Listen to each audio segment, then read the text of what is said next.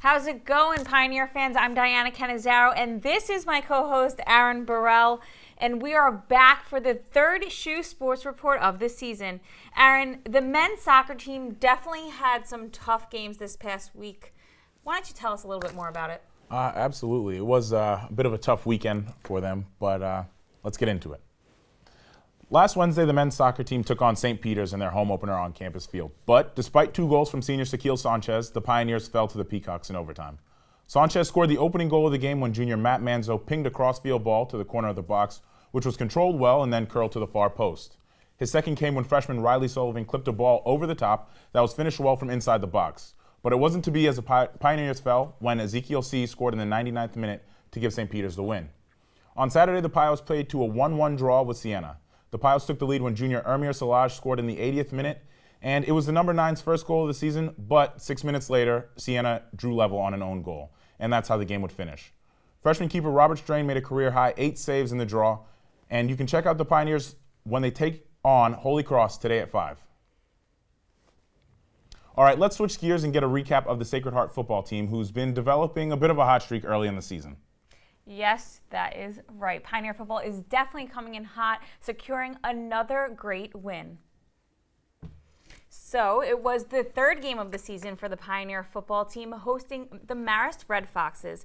Alumni, friends, and families traveled back to SHU for homecoming weekend, hopeful that their team would lock down this tough win. The big crowd definitely brought some much-needed energy, helping the Pioneers to the victory. This game was especially significant because historically it has been a competitive battle between the two teams. The Pioneers and the Red Foxes have met 13 times in the past, with SHU now leading the series 8-6. Well, it definitely started off a little rough for SHU with penalties and mistakes that cost them about half a football field, making it way more difficult for them to establish a lead. The Pioneers then finally got some momentum right before the half to successfully push towards another win. Let's take a look. Jay Kroom is going to get the first touchdown for the team, and then quickly, right before halftime, RJ Noel is going to hand it to Nate Chavius and get another touchdown. Sacred Heart goes into the third quarter with a 14-16 lead, and they are able to score again. Now, look at this play. Moses Webb with a big one here. Look at him run.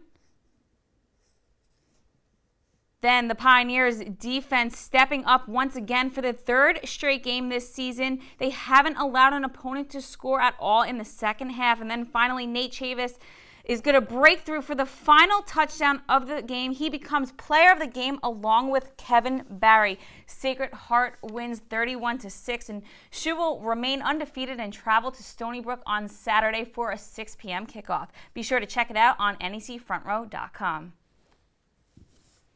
Well, now that we're all caught up with football, let's check in with Kara to get the rundown on our other Pioneer teams. Kara?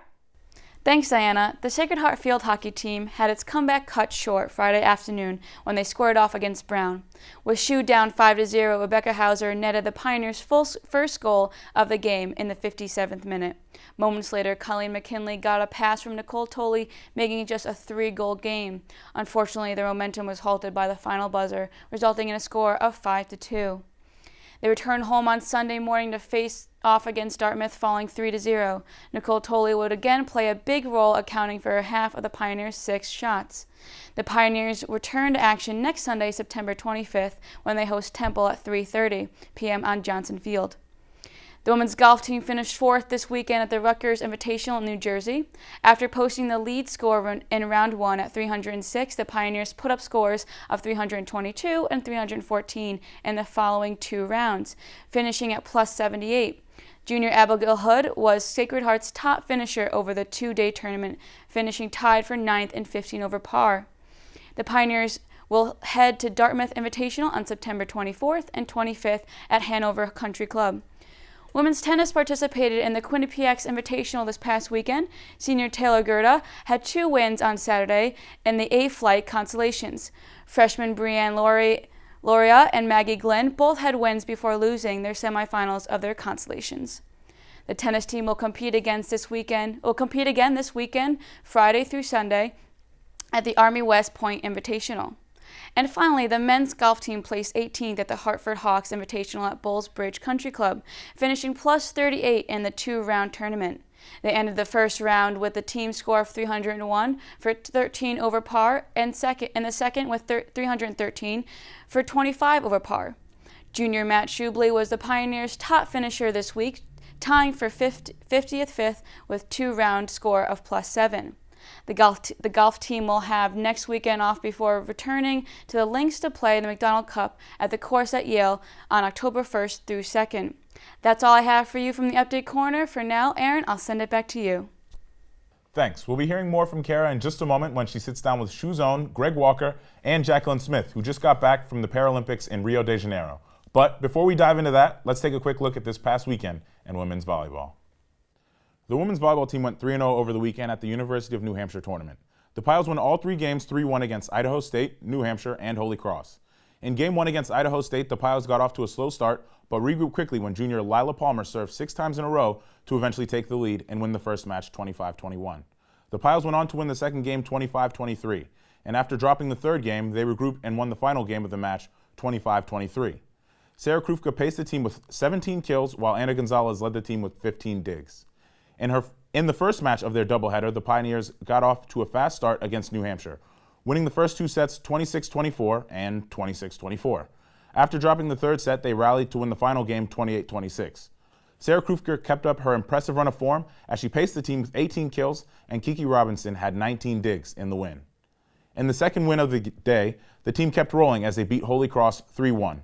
Michaela Dole led the team as she posted 15 kills and 17 digs to help the Piles close out the tournament undefeated.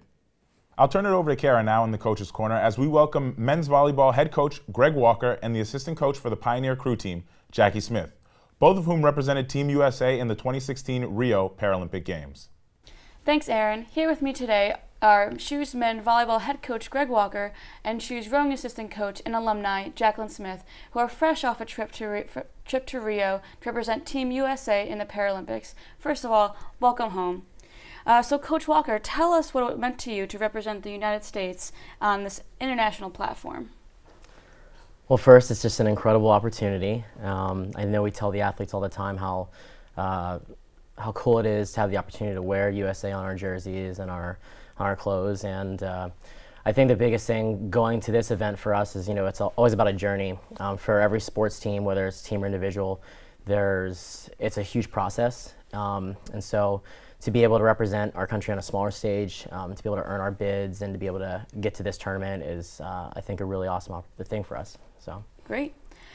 So Jackie, you were part of a crew that brought home the silver medal, which is unbelievable. Congratulations, by the way. Thank you. I know you wanted gold, but what did it feel like standing on that podium? It was my 3rd time standing on the podium receiving silver, but what made it different that day was seeing the American flag be lifted on September 11th. It was just very emotional, and it definitely hit our heartstrings seeing our flag be raised. Yeah, I can imagine. Very few people get to experience what the two of you went through. Walk us through your journey to Rio and what it was like when you got there. For me, it was incredible. First we leave from Boston, we fly down to Texas, and Nike and Ralph Lauren just take you through this amazing processing. They treat you like kings and queens, fit you for this incredible year, and you leave the hotel and there's police escorts and you're treated like royalty. It's incredible. And then getting down to Brazil, going into it, we knew that the media was kind of blowing things out of proportion with the water and the Zika, and you get down there and it's nothing like that. It's just the nicest care. They take you to the greatest places, and the people are just phenomenal down there. So between where we were staying and our courses, the treatment, it was all phenomenal, and it was an amazing experience. Yeah, that's amazing. And you felt comfortable because everyone was around you, which is great. So the opening and closing ceremonies are always a spectacular thing to watch. So Coach, what was it like walking through them? For us, before we got down, they had announced for Team USA that they had sold just millions of tickets for events, the venue, so the ceremonies and everything. So it was funny, our team leader, she's been through multiple Paralympics, and she had told us that the coolest experience is when you walk in. She's like, it's a once-in-a-lifetime experience. She said barely anybody gets to experience it, and it's so cool. And of course, I didn't know that the entire the venue at the Maracana was completely sold out.